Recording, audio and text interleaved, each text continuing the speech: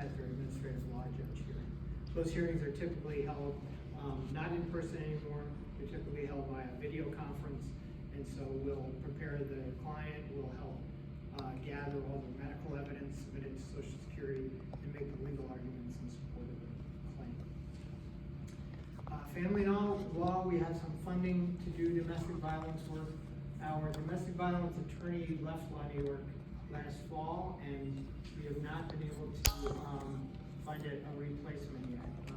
We've interviewed a few candidates, but haven't found the right person yet. But when we get that person back on staff or have that position filled, we'll be assisting people with family law issues related to domestic violence. Typically helping somebody get an order of protection or enforce an order of protection, or perhaps deal with that they need to, or don't have any property they need to split up and are just looking to get a divorce. And so what we would do is we have them come in, meet with the attorney who helps them get the paperwork started for the divorce, and then they come back later once the papers are all filed and help them finalize the divorce later. We have a reentry legal services project. This is a project for folks who typically were incarcerated at some point in the past and have now had a clean record for usually most of our clients over 10 years. But that old conviction on their record is still interfering with their ability to get a job or to get a license to do a type of work. So it might be somebody who's working for the public school system, and as part of a job they get in that system, there's a criminal record check done and it shows the old conviction, and then the State Department of Education says, school district, you can't put this person in that position, you can't hire them for that position. And they lose that opportunity. We'll help them try to get that record sealed if they're eligible for it, or get the Department of Education to overturn that decision, to get them the licensing or the permission they need to get that job. There's a new law in New York that just took effect last fall called the Clean Slate Act. That's going to help a lot of people get their records sealed. It's really not going to come into full effect for a couple more years, but as it does, we're working with folks around the state, advocates around the state on that, to make sure that the people who are eligible for sealing of their records get those records sealed. We also handle some cases under this reentry program for folks who are discriminated against as a result of their criminal record. So folks shouldn't be denied a job because they have a criminal record unless that record somehow has some correlation to the work they're going to be doing. Like somebody robs a bank, they apply for a job as a bank teller, they're not going to get that job. Somebody has a drug conviction from years ago and is applying for a bank teller position, maybe they are eligible for that job and shouldn't be denied. And then elder law is the other area on here. We have a contract with the Office for the Aging here in Tompkins County, and they refer folks to us for help with wills, power of attorney, health care proxies, and sometimes some other legal issues maybe related to Medicare, Medicaid. We have a couple of new projects that we're working on. The unemployment benefits project I already mentioned. That's an area we had done in the past, and then after the pandemic, claims for that kind of stopped getting calls, so we kind of slowed that program down, but we're starting to get calls again, so we've revived that. And then we have a name change project that we just started. So if folks are trying to get their name changed or change their gender markers and need help with that process, we've got staff who can help with that. In addition to our local projects, regional projects, as I mentioned earlier, health law is one of them. We have staff in our Rochester office who help with health law issues, and we connect them from here in Ithaca to the folks in Rochester. And they can help with Medicaid, Medicare, manage long-term care, and some home health issues, like getting personal care aids or home health aids in place. We also have a regional consumer law project that can help with a variety of issues that are mentioned here. And we do the same thing. Calls come into the Ithaca office, we connect the folks with our Rochester office. Student loans are one of the issues that we can help folks with under that program. All right, financial eligibility for our services. So the general rule is that folks who are under, or households that are under 200% of the federal poverty level are eligible for our services. And that in 2025 is $53,300 per year for a household of 3. So it varies based on household size. But that's the general sort of guideline, and that guideline is set for us by the federal government, by the Legal Services Corporation, which funds offices like ours all across the whole country. So every county and every state is covered by at least one legal aid organization like ours that is subject to these financial eligibility guidelines. So we have that federal funding that's sort of the basis of our funding, but we have local funding that enables us to go over those financial eligibility limits. So eviction prevention is a good example here. In New York State gives us funding to do eviction prevention work. And that program, we can serve people up to 80% of area median income. So for a household of 3, that's almost $80,000 a year. So you can see it's significantly more than the federal limit set on us. So the state being a little more generous in terms of eligibility, because this funding comes to us from the state Office of Temporary and Disability Assistance, which runs the DSS programs around the state, and they recognize that preventing an eviction, preventing homelessness, saves the state a lot of money.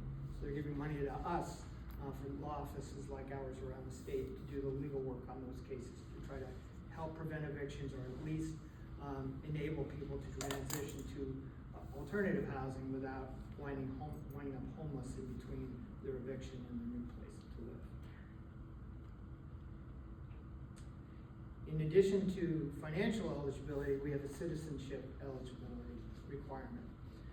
U.S. citizens are eligible. Non-citizens are eligible, but only in limited circumstances. So generally, the non-citizen person who's seeking our assistance needs to have a legal status, legal immigration status to be in the U.S. So typically, somebody who has a green card would be eligible.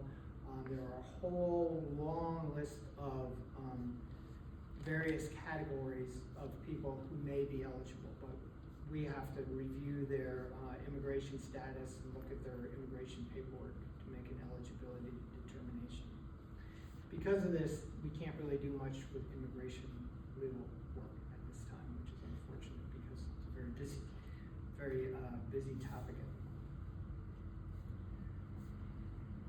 Those are federal rules as well that prohibit us from serving those funds. So that's the presentation. We're on Tabor Street, right by the Cherry Arts Building.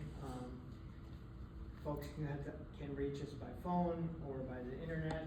We have an online application process for folks who want to contact us that way. That's what I have. So happy to take some questions. Yes? Are you considering finding funding that will allow you to work with people who don't have a legal immigration status? So we would love to. The problem is the federal government, with the funding we get from them, which is about 15% or 20% of our funding, specifically prohibits us from doing that, even if we find funding elsewhere. We can't use any money from any source to do immigration work for folks who are not within our citizenship guidelines.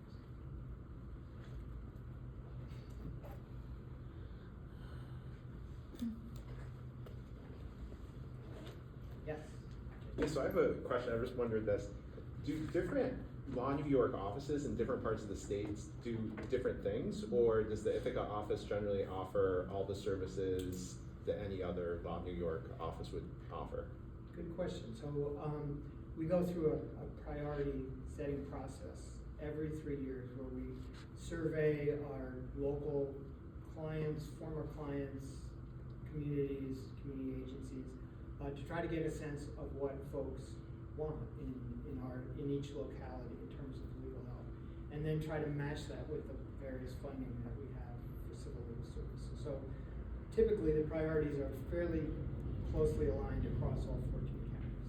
And so things like housing, government benefits, domestic violence, those are all issues that pretty much affect everybody, but, or every part of our community.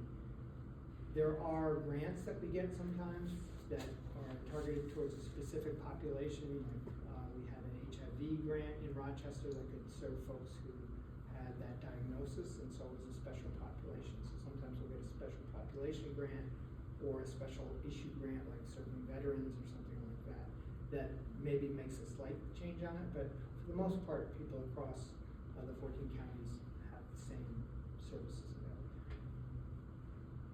If you were to get a grant for a special issue, how would we find out about that if we had people or clients that could benefit? So we would typically do outreach, so we certainly put it on our website. We would have folks in the office doing outreach presentations at organizations and at events like this.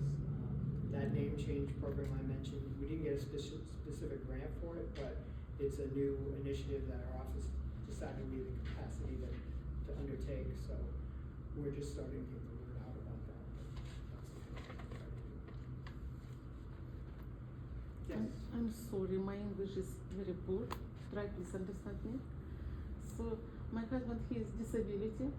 We got in April just only white card. You know, yeah, white card.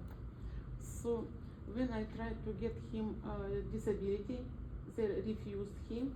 Why? Because last year my yours was a little bit high. But I tried to get disability him. His disability, not me. But I'm white. It's okay. So pension also refused him because he hasn't 10 years work experience. Again refused him. And I asked about social pension. They again refused him because we live together. I'm his wife, and we together we have an account in the bank higher than $3,000. Why? I'm asking about him. He needs social pension, and I don't understand why. Yeah, so that, it's, I really can't try to answer a specific question about a specific person's Yeah. legal problem here without a lot more information. But most of the government programs have a rule that when people are married, that one spouse has the obligation to support the other. So they will typically look at the household income, or at least both spouses' income and assets in determining financial eligibility. But it sometimes depends on the program. So. I tell to them, if I will pass away, he will be homeless disability. It is better. I agree. Yes. Are there any residency restrictions that would relegate somebody to one office, for example?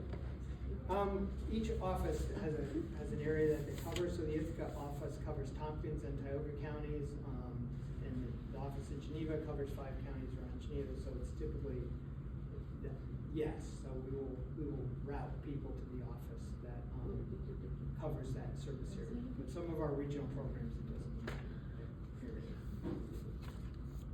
Yes, in the back. All right. Do you have any lawyers that work with like child abuse or sexual child abuse? No, we do not, mostly because if folks are in family court on those issues and can't afford an attorney, the court will appoint somebody to represent them. And somebody else will be talking about that. Yeah. Where do you send people who you can't help for whatever the reason may be? So you'll hear about some of the other programs here. 211 in this county is a fabulous resource, so we will suggest folks contact 211. Sometimes if it's specific, we'll maybe know of a specific referral place, but we don't always know that. You know, I mentioned in our housing situation, our partnership with Cornell. Cornell has a couple other programs, like a veterans practicum that we can refer folks to. But, yeah, you'll hear about some of the other services in the community today.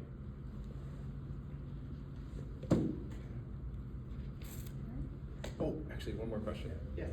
When we call the number, if there are, we do have specific questions, is there like a brief intake / I don't know, consultation 5-minute thing where they could say yes or no, or direct somebody into it? Sure, so our receptionist's job is to sort of figure out during that brief conversation, do you have a legal problem that fits within the areas where we serve people?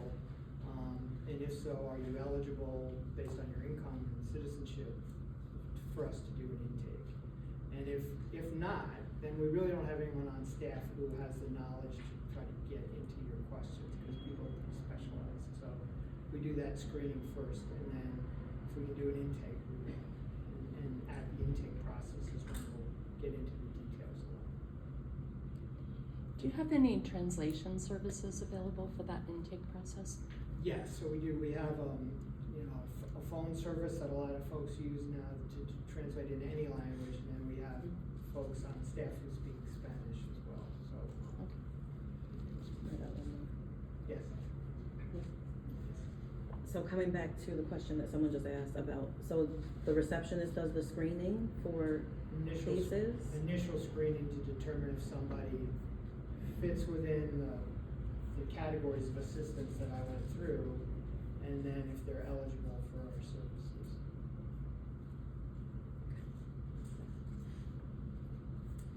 All right, thank you, Keith.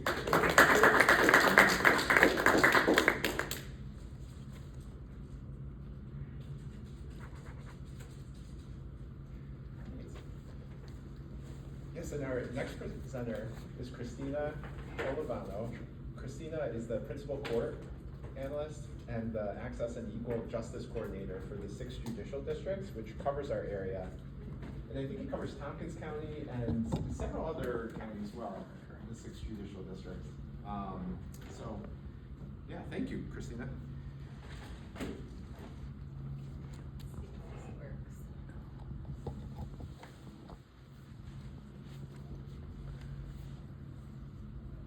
Ta-da! So yes, my name is Christina Olivano. I am, the official title is Principal Court Analyst. That says nothing about what my actual job is. My unofficial title is Equal and Access to Justice Coordinator for the 6th Judicial District. And the 6th Judicial District covers 10 counties. So my office, like where I'm based out of, is Binghamton, which is where our district office is located, but my responsibility is for all 10 counties, which does include Tompkins, and you don't care about the other ones, probably. You can ask me later if you do, but there's 10 total. So what my role really is to do is to help promote people getting access to court services and looking at different ways that can happen and needs to happen across our district. In our district, we have 27 courthouses. We have over 550 employees. And so I work both internally with like our organization and our staff, as well as working with individual courts and processes. But I'm here today to talk about our court help services. Full transparency, I am not a complete expert on all of the court services. Our law librarian, Chris Lund, who's amazing, was unable to be here today. So he is more of the expert in this topic area. But my goal is to give you enough information and places to find help. And if all else fails, I'll refer you to Chris next week when he's back. And I will do my best to answer questions as they come up. So let's see how it goes. So we have court help centers throughout our district. We have a few that are walk-in in person, which I'll give you the information for those at the end, and I also brought some handout materials that have that information on them over on the table. But we also have the availability for call-in at our health center. So where we don't have just walk-in and physical locations, we still can serve all 10 counties with a phone call, or sometimes even a Teams meeting. Chris or our other library staff will even sometimes do a Teams meeting to help walk somebody through a situation. So our help centers are free information about law and court procedures to people specifically who do not have an attorney. So just similar to what Keith was saying, our help center does have a brief screening questionnaire, and there's just a few questions when you call, or if you go online, you'll answer those questions, and it's a similar type of a screening process. One thing to note is that as court employees, none of us can offer legal advice. We are not allowed to do that. So we can provide legal information, referral to services, but even our court staff who are attorneys are not allowed to give legal advice, like through the help center. So just wanted to kind of make that clear. And that goes from if you call into the help center to if you go to a clerk's window at a courthouse, we are allowed to give legal advice. And I have a little snippet here in a couple of slides that gives a little bit of like what our clerks can and cannot do. So what our help center can provide is information and assistance on some of these topics. This is not comprehensive, but it's just an example of some of the things that you could use the help center for information about starting or filing a case. If someone submits a case against you and you're looking to see how you respond to that, basic filling out of court forms, court procedures, which court you need to file in. So I came to this role from outside of the court system. I worked in the nonprofit world for 16 plus years. So I really didn't know how the court system worked, like the ins and outs. And it can be confusing even just to know what court handles what issues and situations. So the help center could even you could call and say, I don't even know where to take this issue, and they can guide you to the right place and the right forms that you need. And also we do some referrals to other resources, like I said. So our law libraries, like we do have law libraries throughout our district and throughout the New York State court system. In Broome County, we have a law library. There's a law library here in Tompkins County as well, in the county courthouse. So the law libraries, they do a lot of stuff, but what is important for you to know is that you have use of that library. You can go into that library and use it for free. There's all kinds of legal books and services in that library. Some of them that New York State court system pays for the access to those services. I don't know the name of them off the top of my head, but Chris would know. They have, but we pay for access to some like research platforms online and things like that that are available for the public to use. Also, our library staff can help with, finding and organizing that legal information, trying to help make things easy to understand, keeping resources up to date, and helping you access the resources. I believe that everything is free to the public that's in the library to use. And if you really need legal research help, you can go to a law library physically. We have physical locations. You also can go online, where we have this service through New York State court system called Ask a Law Librarian.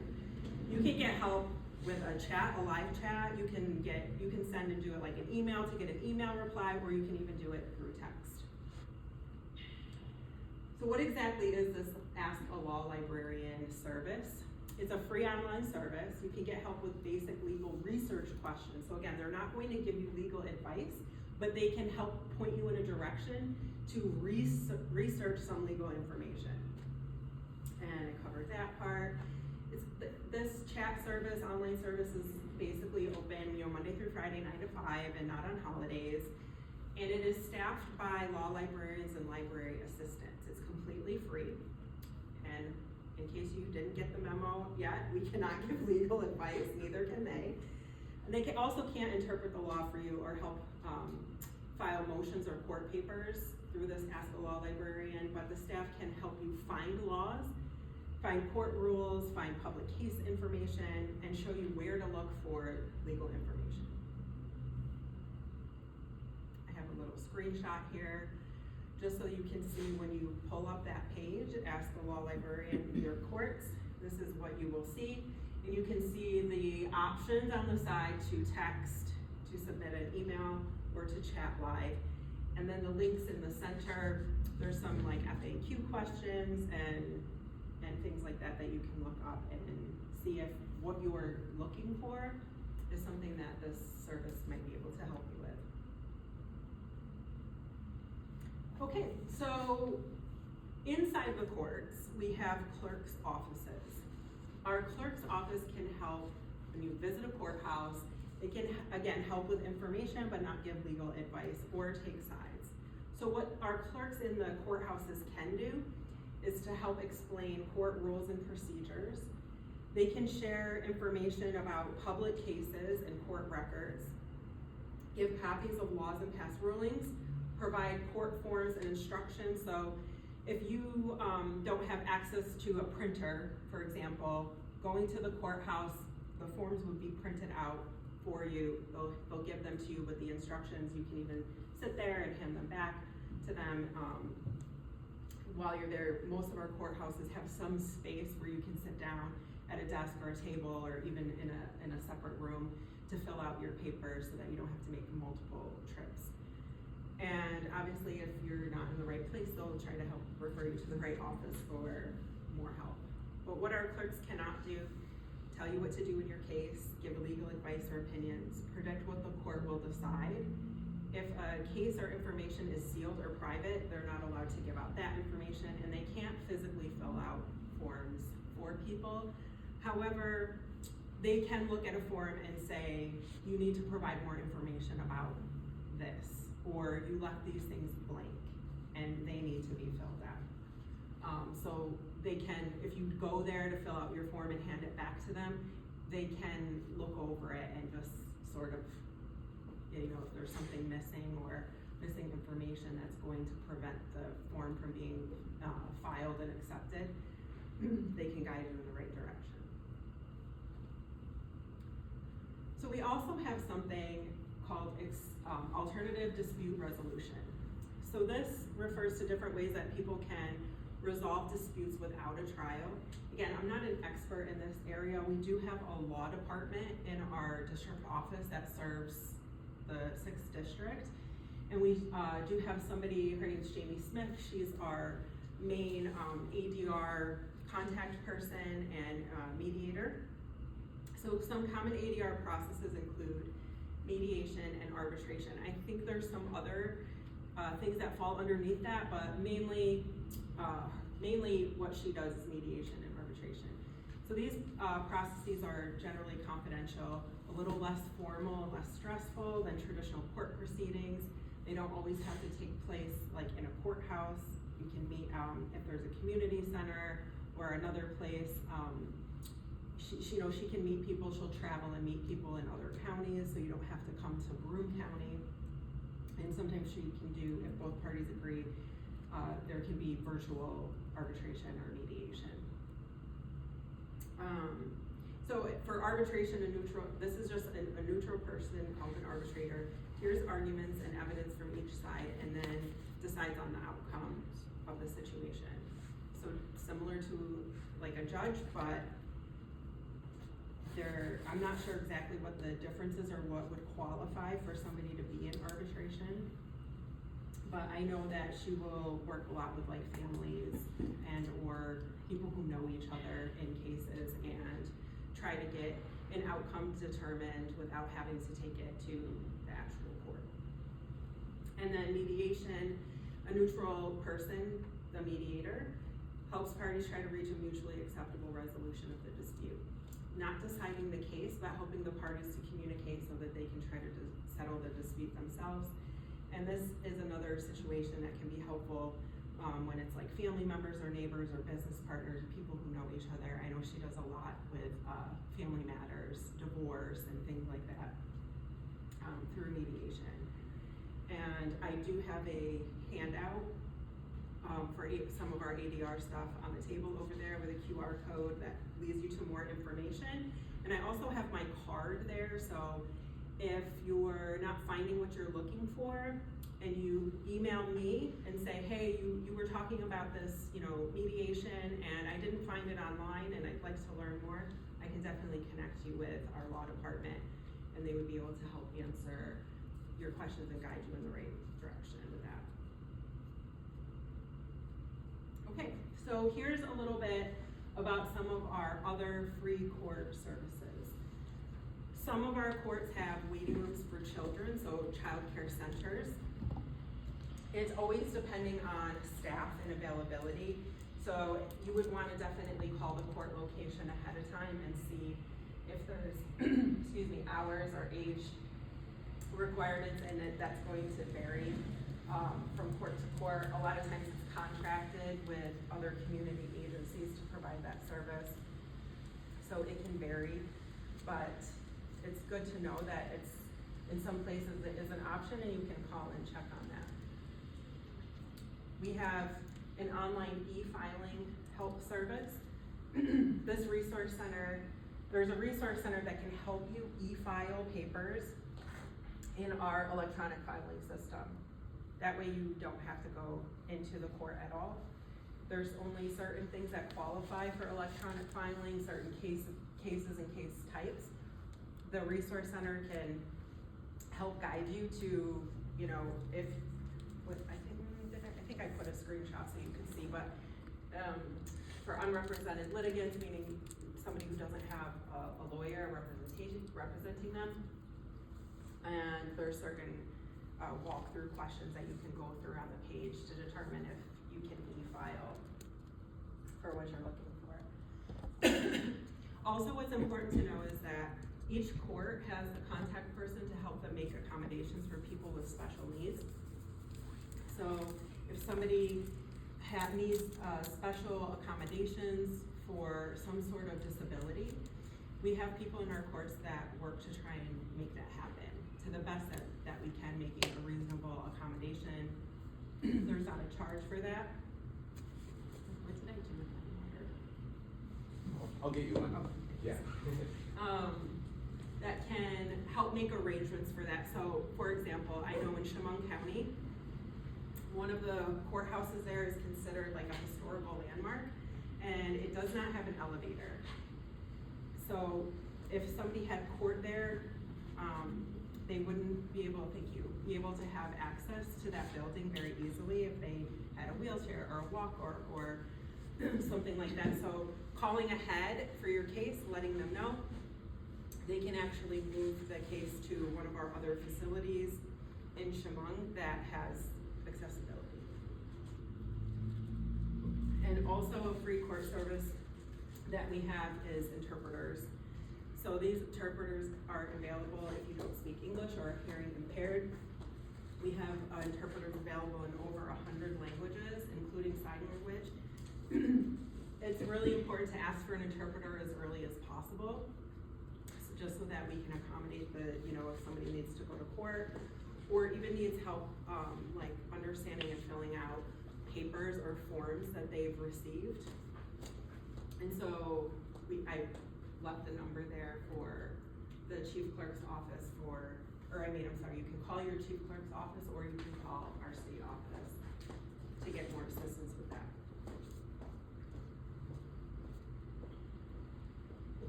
This is just a little more information on that e-filing system that I was talking about. If I understand correctly, our presentations will be also uploaded with the videos, so that's why I put a lot of information in the slides so that somebody could access the presentation, and you should be able to go step by step and see if your case or what you're trying to file is accepted in e-filing. And they also have a helpline that you can call and an email that you can send and ask questions to. This is a really cool system that we have in the course. Also, it's do-it-yourself forms. These are free online tools to help people without a lawyer to fill out and complete court forms. You have to accept your terms of use, and I think you need to create a login, and it'll ask you some screening questions. These are just some of the programs that the do-it-yourself forms are available for. And it's literally an interactive guide that walks you through filling out the form step by step. And I do have a screenshot for some of that.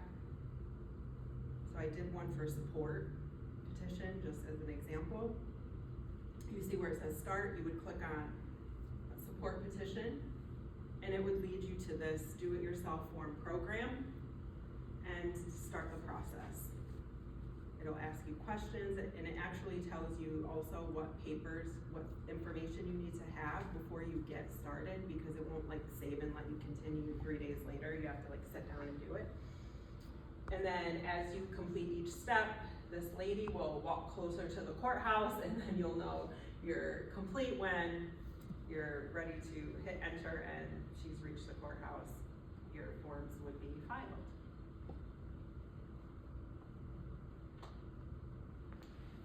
So we also have, this is a general court help page. You can access all of the things that I've been talking about as far as ask a law librarian, do it yourself forms, e-filing from this court help page. And then it has just a lot of links to other helpful information. Kind of a rabbit hole digging through, but if you are really like looking for help, this page is pretty comprehensive, taking you to some of the places where you can get more information and more assistance. This is our 6 JD contact information. So these are the help centers that I mentioned that have physical locations, and somebody could walk in Monday through Friday and get assistance. But like I said, we also have the availability for online, for phone calls in our areas where there's not a physical location, or if you just can't make it to the courthouse. And I know that Chris has even done Teams meetings to help people, like if you need to jump on a Teams meeting, schedule one, share screen, and he'll walk somebody through like, you know, a question or a form, as to the extent that he's able to. That's it. Any questions? Yeah, for a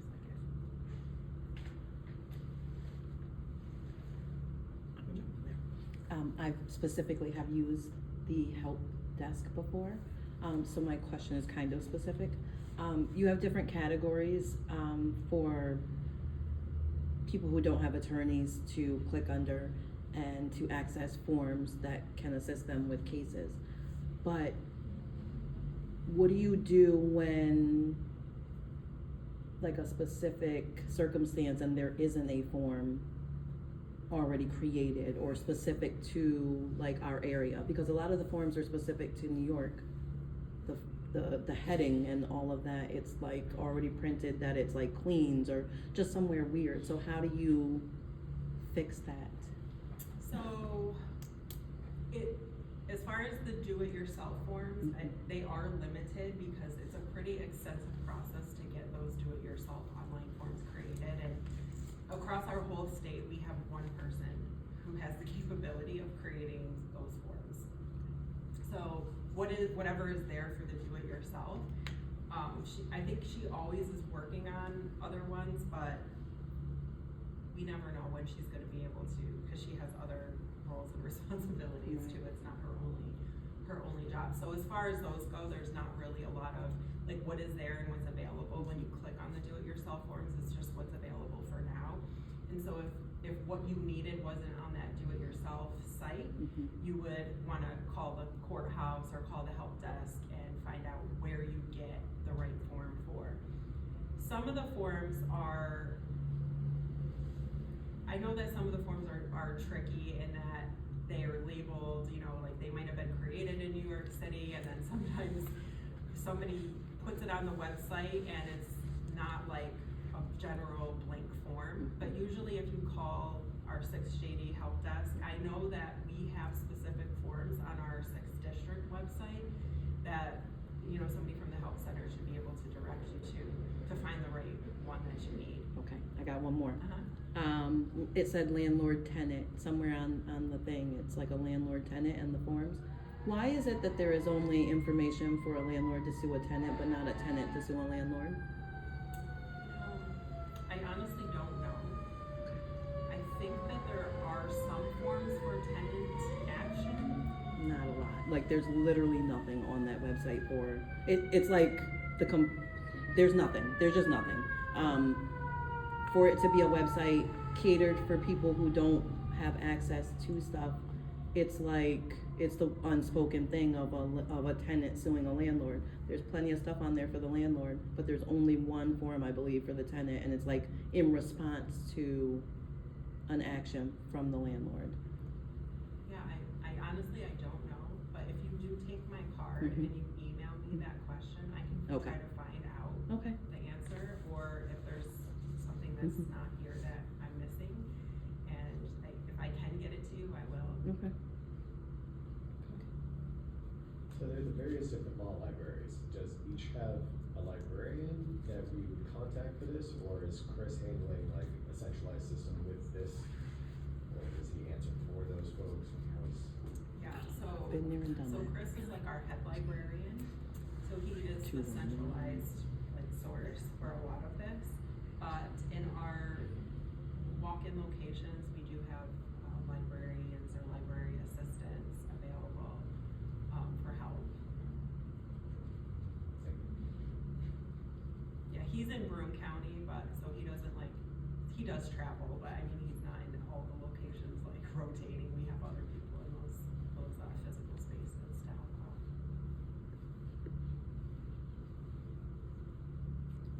Anything else?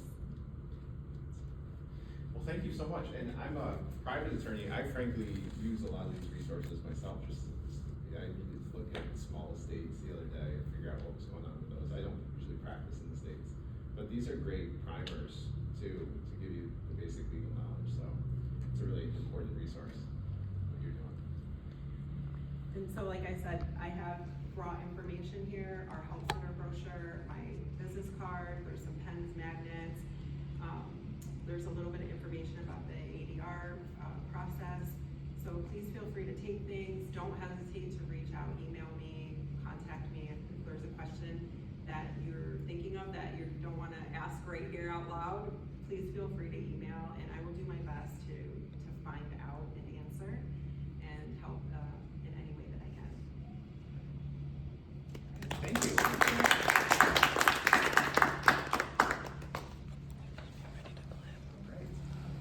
So our next presenter is attorney Iska Ziver, and she is the head of the collaborative law program in town, and I will let you go.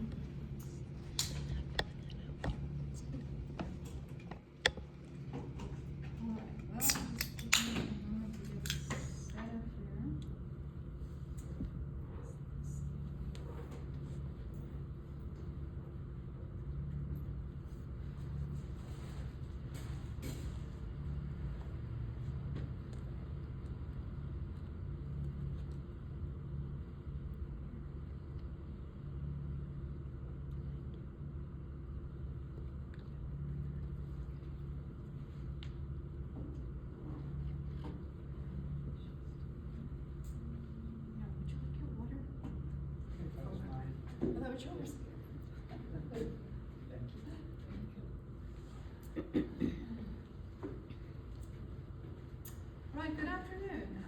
My name is Iska Ziver, and I am here to talk about another alternative dispute resolution process that actually does involve lawyers, but doesn't have to involve the court or a judge. So give me a moment to get set up.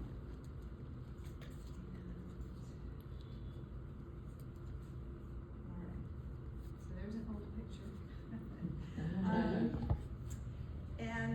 While I'm not the head of the collaborative law group, what we do have in Ithaca is a practice group of attorneys and of financial specialists and of mental health specialists. It's called the Ithaca Area Collaborative Law Practice Group. And so we're all private, we practice privately. And what, a couple of the things that we do is to bring this collaborative law process to make it available for folks who might not otherwise be able to afford attorneys. So this would be a process where your attorney actually would be giving you legal advice, and yet your case isn't necessarily in front of a judge and being decided by someone else. Most of the information that I'll be showing is from our website, so it's all available on our website, and I'll give you the URL at the end of the talk here. So, these sad children, and children do get sad when their parents are in conflict, and one thing that sends parents to court can be defining custody, determining custody, developing a parenting plan, and court and being in court can be a very sad place. And so what we try to do with the collaborative law process is to focus on the entire family, to focus on the parents, to focus on the children, and to build an agreement or a parenting plan that everyone can live with, that works for everyone, which is much different than being in court where, let's say there are two attorneys representing two parents in family court. Their goal, if the parents are unable to resolve the issues between them, is to perhaps convince the judge that their client is the better parent, in which case slings and arrows may go back and forth to shoot the other parent down. So in the collaborative law process, we avoid all that by not being in court, and we work through the issues in a series of meetings. Each party has their own collaborative lawyer. When I say collaborative lawyer, it's not an oxymoron, for sure. And but there is special training that attorneys go through to help people through this process. It's not, it's similar to some extent to the mediation process, where two folks are working to resolve a conflict and you have a third party, a mediator, or there's also arbitration, and that's also a third party. And that party is neutral. So the third person is neutral between the parties, and their job, especially as a mediator, is to facilitate the conversations that the parties need to have in order to resolve their issue. So for collaborative law, there are similar to that, where parties are sitting at a table. Oftentimes we may even do this via Zoom because parties are not physically in the same location. And here, it's actively talking, working through the issues, identifying what's important to each of the parties, and then now the lawyer's involvement, rather than trying to convince some third party that their client is the better client, or their client should be the one to get what they want. Now the attorneys are actually working together. And the attorneys are working together with a common goal of helping the parties reach an agreement. So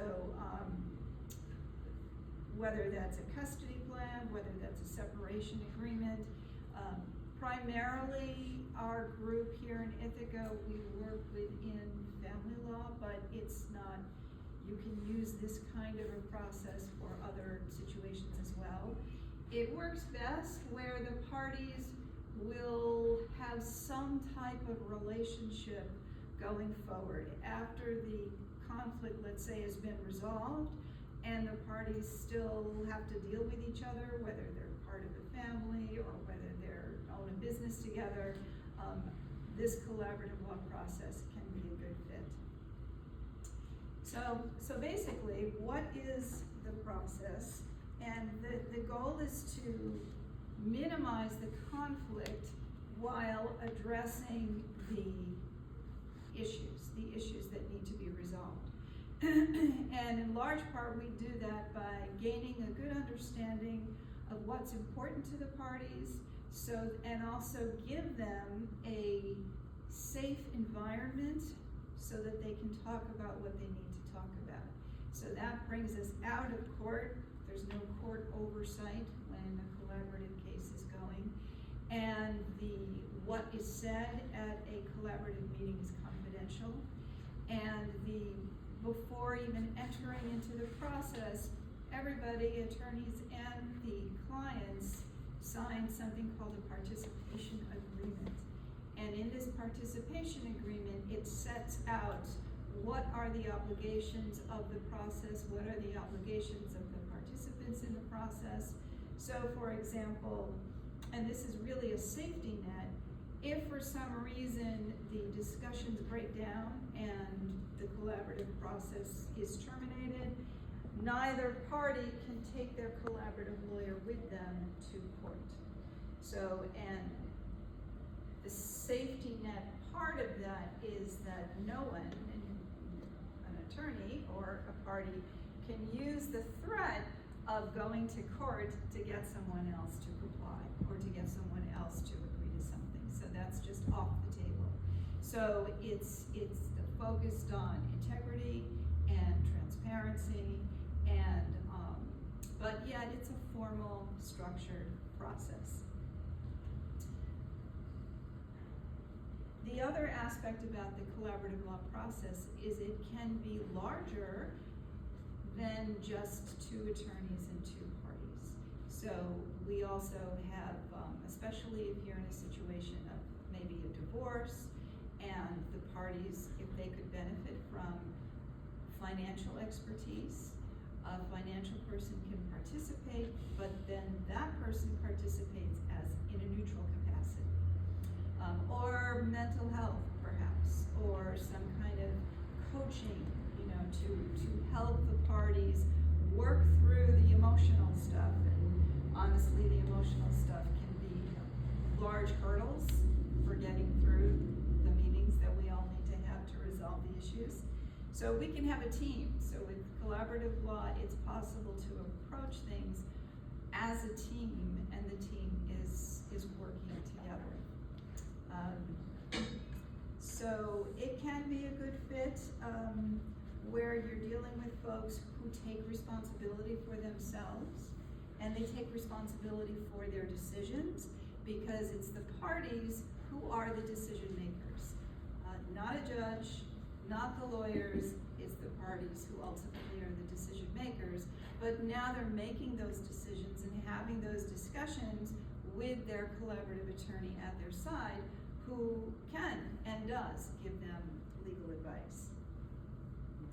And the focus is on resolution. The focus is, can we build an agreement that will work for our family once we've signed it and then we go on in our lives? And it also focuses on what will be best for the children, which is a bit different than what happens in court.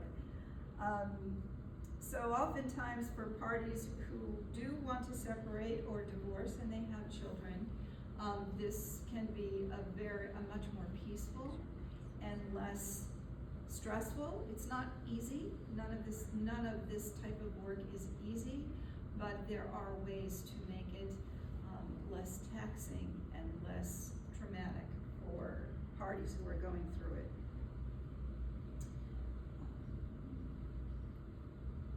Yeah, and then the other aspect for folks who are open and willing to kind of put everything out on the table and say, here it is, let's talk about it, and let's see what we can do to work through this.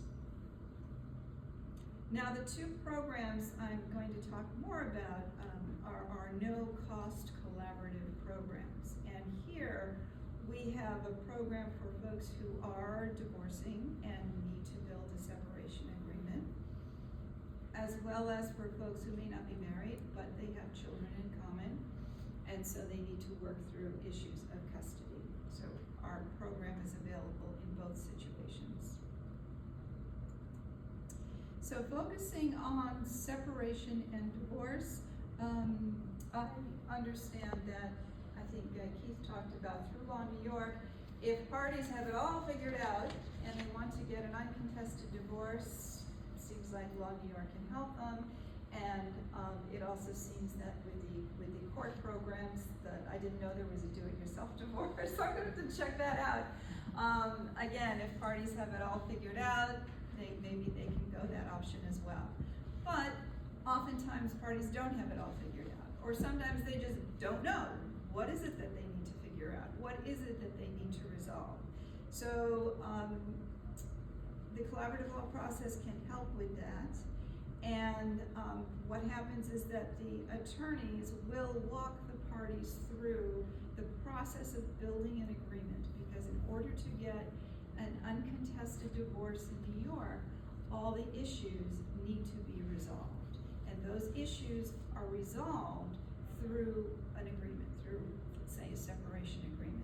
Years ago in New York State, folks couldn't get a divorce. Even if they had an agreement, they had to wait a period of time, maybe a year, before they could actually get the divorce. That's no longer the case, and if the parties have agreement, especially if it's memorialized in a separation agreement, then they can proceed directly and they can also obtain the divorce.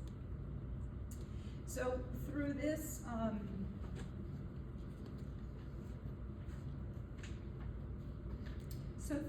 process, and just talking a little bit about the divorce process, the exchange of information, and so that is accomplished through the attorneys, and if there's a financial person who's involved, and maintaining the confidentiality of the process.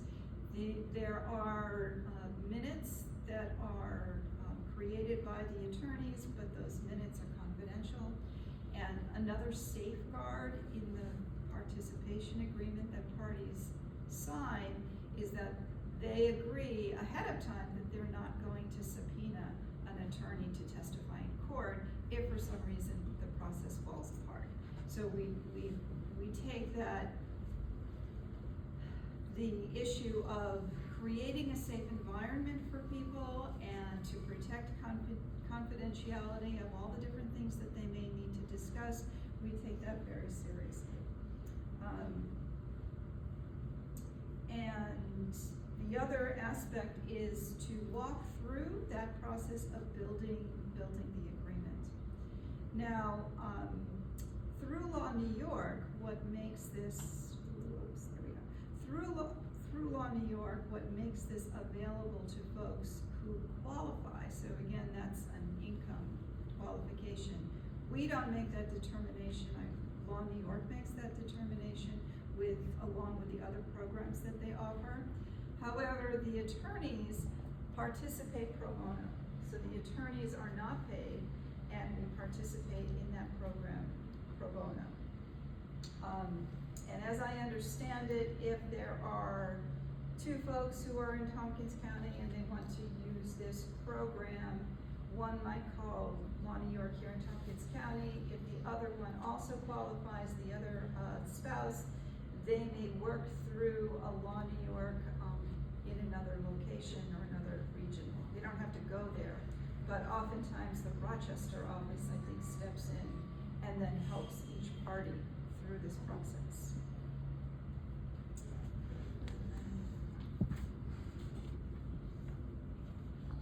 So I've got a little bit more detail here, and again, all of this information is on the website.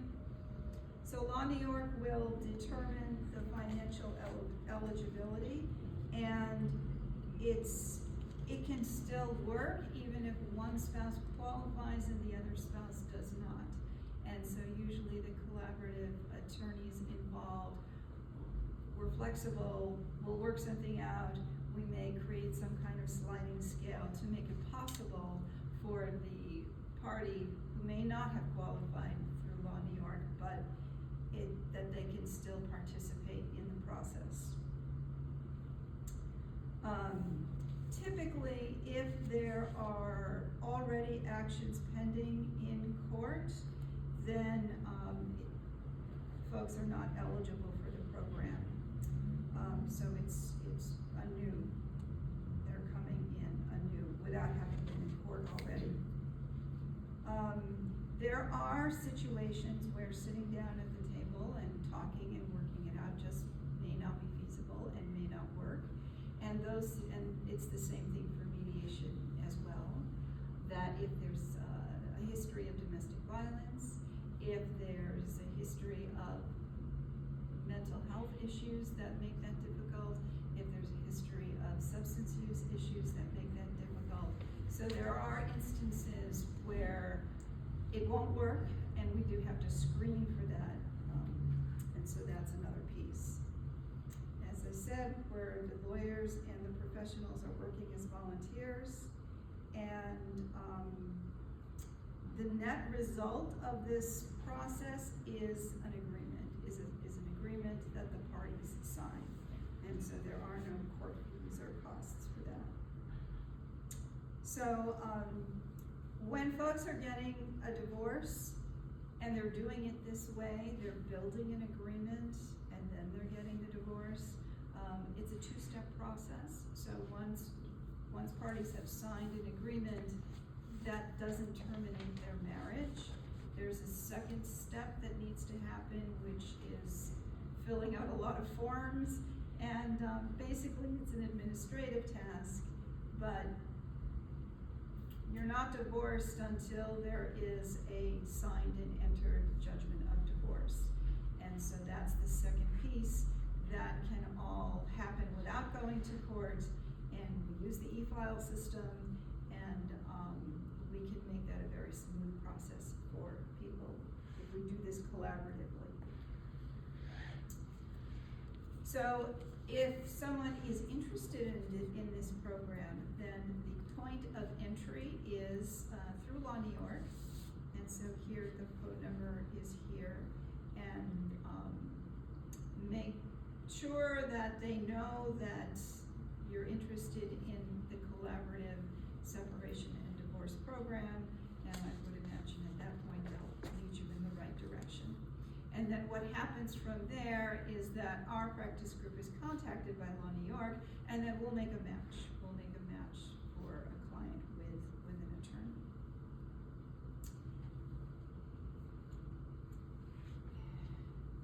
So the other program that we have available is specifically for custody and parenting time, and not to terminate marriages, but as I said, simply to basically create a parenting plan for co-parenting children. And this program is available through the Tompkins County Assigned Counsel program. So it's a little bit of a hybrid in that in order to take advantage of it, someone does have to file a petition in family court. But what happens when that comes into court, and if both parties agree, yes, we want to use the collaborative law process to work through this and build a parenting plan, then the court will take the case and basically put it on a shelf for a period of time to give the parties and their collaborative attorneys time to build their agreement. So, so while technically there's a case pending, it doesn't go through the court system the way any other petition. If someone's filing a petition and they ultimately need something resolved by a judge.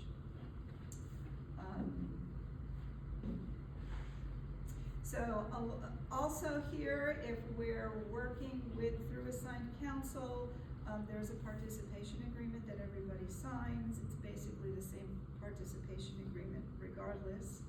And as in anything else, confidentiality is very important. And typically, an attorney for children or an attorney for the child is not assigned by a judge. Sometimes it depends. Different judges may look at it differently.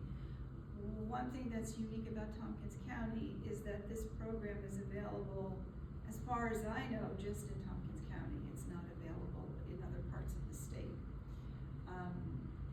And the reason why an attorney for the child is not part of this is that the role of attorney for the child is very much a role of litigation, because that attorney's job is to advocate for what their client, child, or children, what they want.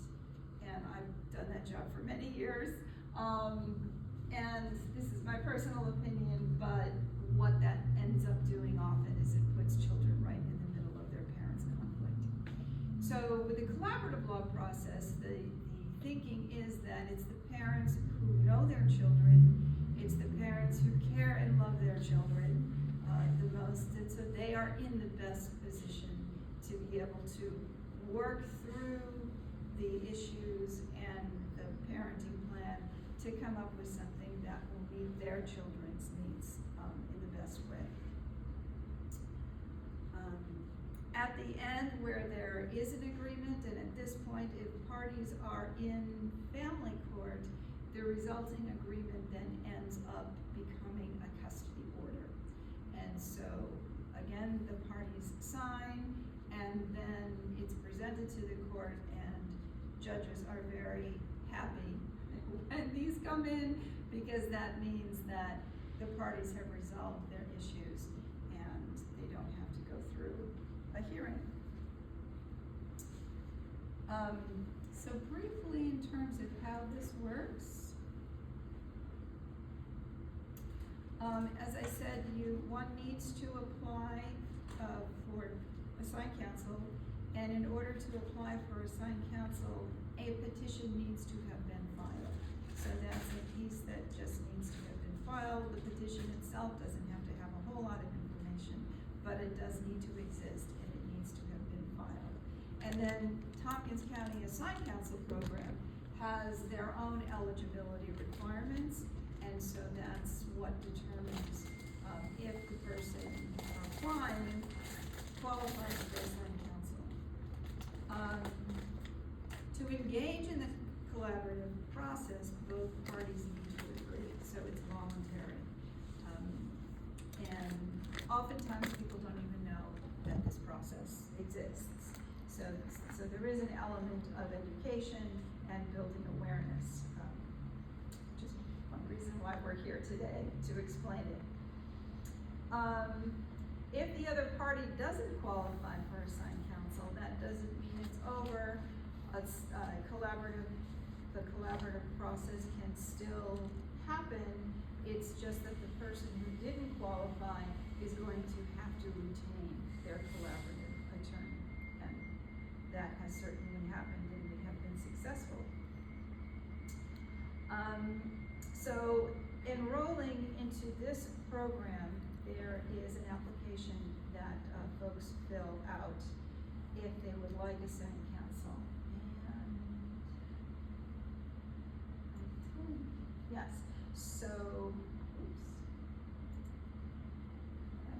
So this is from the assigned counsel website, and here it says for clients, and there's an application affidavit, and then there's an online application. So if I click on this one, this is we'll call it the old application. So this application has been around for quite a while. And if I think they have copies of this at the courthouse, and so someone can fill this out by hand, and where you see here, this is question 50, and if a specific attorney is requested, and there's a checkbox if requesting an attorney who's trained in collaborative law, because not all attorneys are. So if the collaborative law process is going to be used, you need to make sure that they're assigned someone who is qualified to represent them. Okay, and I just learned this today when I was preparing for this, but here, this is the online application, so this is also available through the assigned counsel website, and there is no checkbox.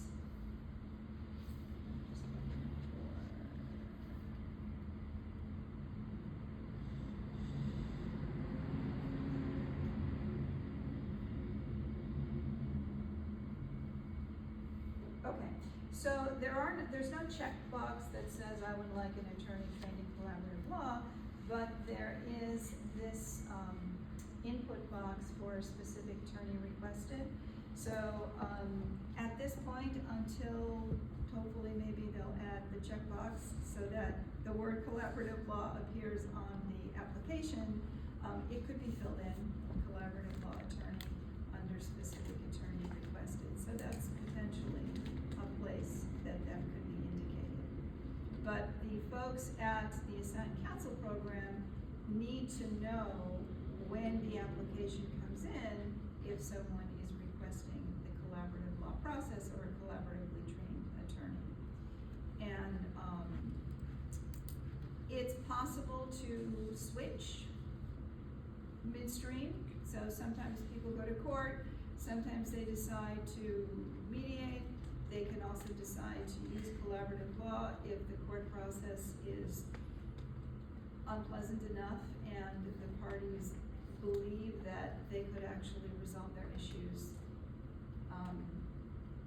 better between themselves, or between themselves and attorneys who are there to support that process.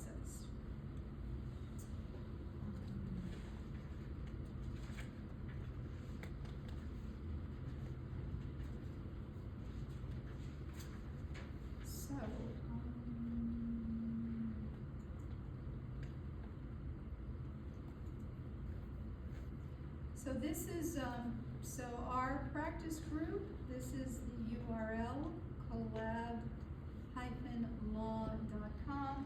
and all the information that I put up on the screen is available on the website. And I don't have business cards, but I'm happy to answer any questions, and we'll leave it here. My information is available through the website, as are other attorneys and other professionals who are part of our group and who practice this process. Yep. So it's only available in Tompkins County or 6 districts? The assigned counsel program. Collaborative law. You mean collaborative law?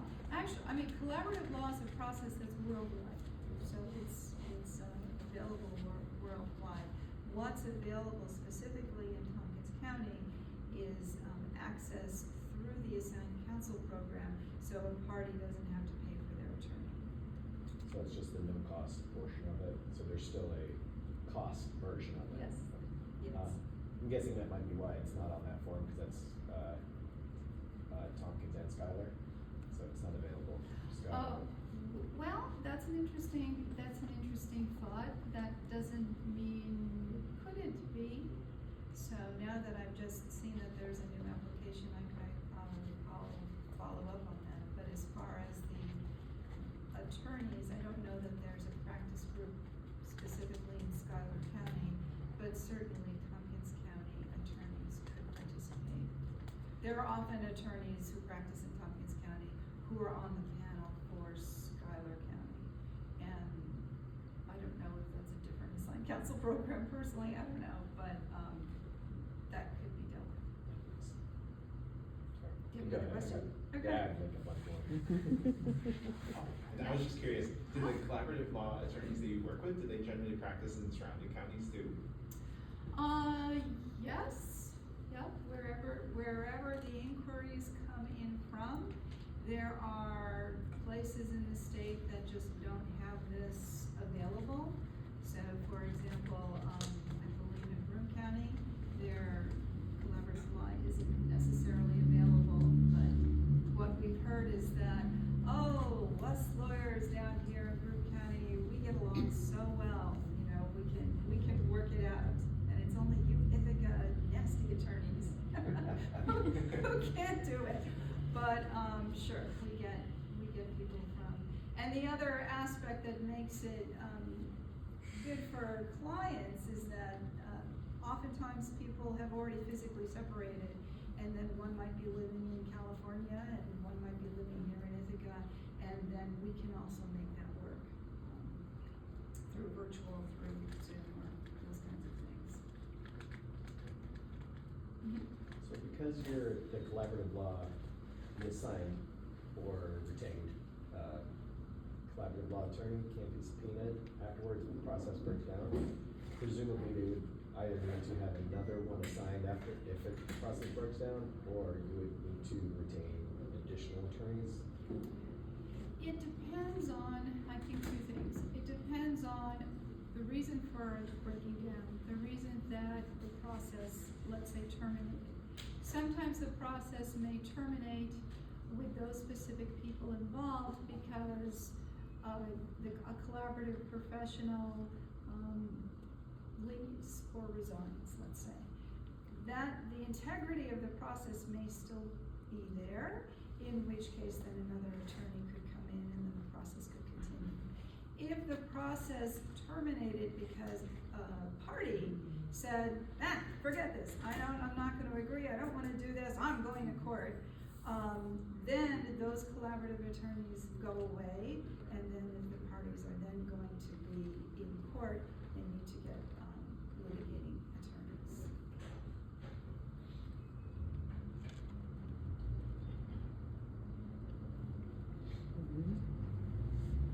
Okay, well, thank you. Thank you very much. All right, and then our final presenter today is Susan Tosto. Susan is the Tompkins County Assigned Counsel Program Coordinator, and thank you for being here.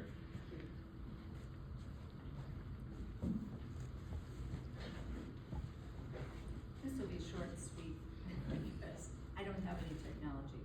So, assigned counsel is basically here for you if you need an attorney and cannot afford one, assuming you qualify. And the same type of income qualifications exist. The state sets those for us annually, and I included a handout with the breakdown of this year's income qualification guideline, and same with the assigned counsel application, which you've already seen. Thank you, Iska.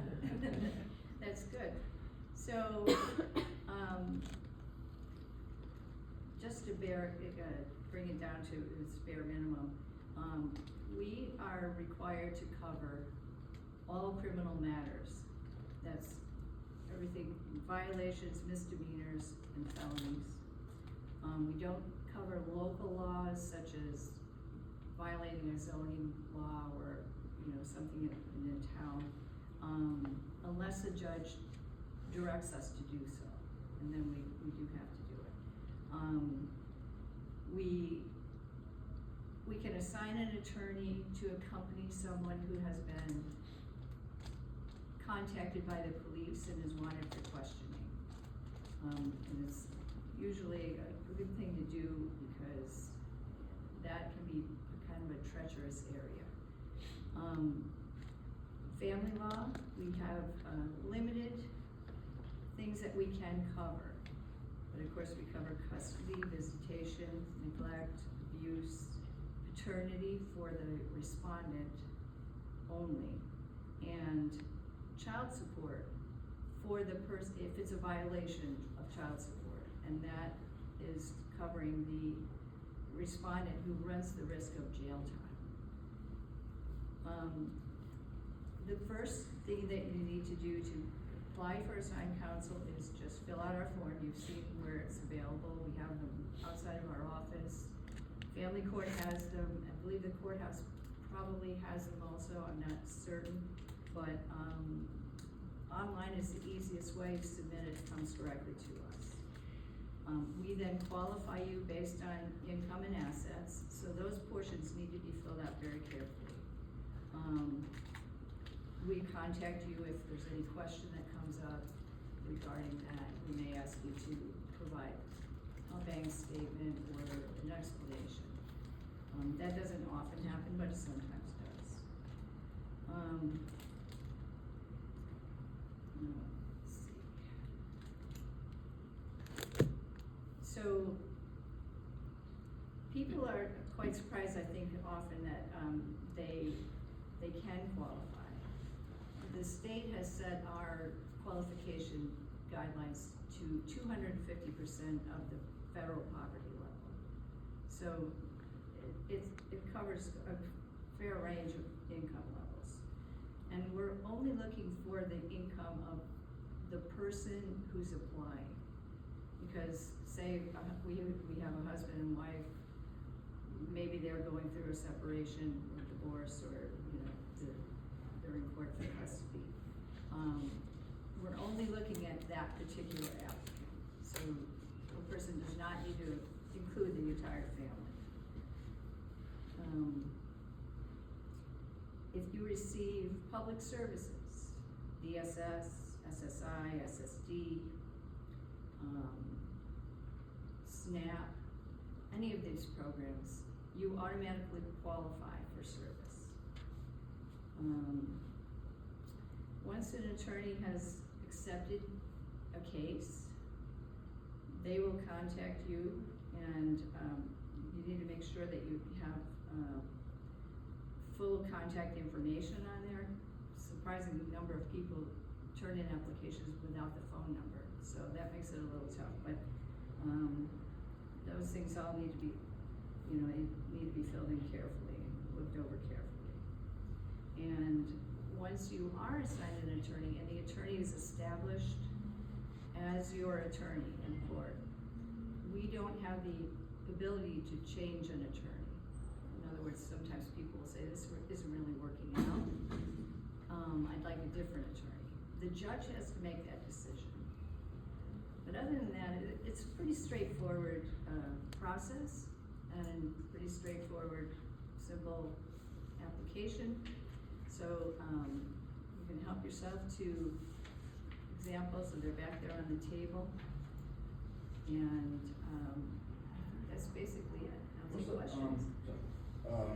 We're not on the phone. I'm not in work. Multiple phones. This year is great. But what's the best way to communicate if you don't have a phone with If you don't have a phone? Yeah, it's like through emails or through like if you have an email address, Okay. we will use that in the case of no phone. Okay. No problem with the phone.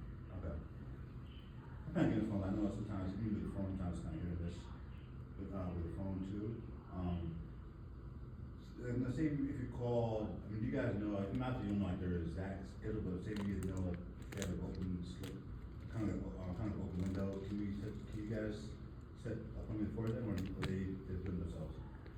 I'm sorry.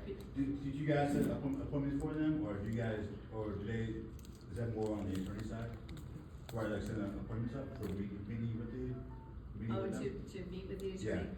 So we have to assign you prior to meeting with the attorney. Okay. And, once they accept the case, then yes, you're in their hands. Okay. Basically. Yeah, so, Alright. and from there, your communication should be with the attorney. Okay. Yeah. Yes. Is it solely income based or asset, bank account? So it's income based, but we do have to look at assets. So, a lot of times people might have a low income at the moment, but only a very valuable home. And, looking at assets, we're not trying to say, well, you're gonna have to take an equity loan to do this. That's not what we do. Anything I can avoid, like bank account assets. Yeah, well, because we do have people we often have students, for instance. A good example is students. They might have lots of money in the family, and if they're not on financial aid, we have to kind of consider that. But I mean, most people qualify easily. So. Also, you had mentioned custody. Is that just for like initial like determination, or is it also for like enforcement modification? No, it's all those things. Yeah.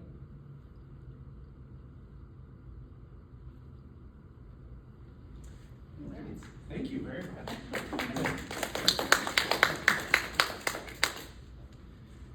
Yeah, and thanks to everyone for coming out today, and thanks to all our presenters. We are going to post this online, hopefully in the next few weeks, along with PowerPoints, PDFs, things like that that are associated with it. And we did a pretty good job today, I think, of covering the major services. There are a few services out there that do, there are other services available. OAR provides some reentry services. Catholic Charities, I've seen and heard that they do some immigration work. And I think all attorneys in New York State are required to do a certain amount of pro bono work. So even private attorneys, theoretically, they should be doing pro bono cases occasionally, which would be free cases. So keep that in mind, but hopefully this was helpful. And thank you for coming. Here, just so people know about the free legal services. Yes, and also on our website, which is tompkinsbar.com, I just confirmed, we do have all of our members who are local attorneys listed on the website. We're not allowed to refer people to specific attorneys, and we can't provide legal advice. However, we do have the attorneys' profiles broken out into areas of law. So if you want to go to that, you might be able to, they list their emails, sometimes their work phone, so you'll be able to find attorneys in the area. Again, a lot of them are would be retained attorneys, so they're in the private sphere. However, like Jake said, a lot of attorneys do pro bono work, so feel free to reach out. So you're just like a directory of attorneys? Yes. You're just like a book? Yep. Okay, that makes sense. Because I'm like, I don't do anything. I don't really Yes. do anything. So then, yeah, just kind of inferring from that question,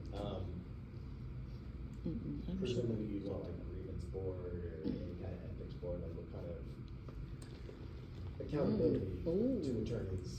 So that's a good question. That's a come great up. I can let you answer it. Oh, no, go ahead. You Yeah, were so, and ready I for was it. former, Jessica's president this year, I was president. We've always seen these questions. There is a grievance board. I think there's a grievance board for the 6th Judicial District. We don't have the manpower, frankly, to like deal with grievances. Or And the often authority. it would be a conflict because if somebody submits a grievance, if somebody submits a grievance against Jessica, and they wouldn't, but me evaluating a grievance against Jessica, it'd be a conflict of Right, interest. so we're volunteer, local attorneys that, volunteer to be on the board. And it's really just more of like attorney-run functions. But we're trying to get outreach to the community more. And there are, for example, there are a lot of free legal resources that we, if you email us, asking for these resources, we can point you in the right direction. Yeah, so if you submitted a grievance, for example, we would route you to the place you needed to go for that grievance, whether it's the higher state level or the 6th Judicial District or something like that. Could you just repeat that a little bit? Yeah, so we would route you to the place that you need to go for that. And I'm forgetting offhand, but I think there's a grievance committee with the 6th Judicial District, which covers the 10 counties that Christina is involved with her job. As separately from the grievance committee for that county, it's like Shimon's got theirs, for example. And it's part of the judicial district that oversees the So whole the 6th 10 district counties. just happens to be located in Shimon? No, the 6th district covers 10 counties. Right. And their headquarters is in Binghamton, so all the attorney grievances are routed there. And they have a panel that reviews them. And then they can also be bumped up to the statewide level in Albany. Okay, so what's the one in Shimon then? It would be part of the 6th Judicial District. Okay. Okay. I was thinking about that.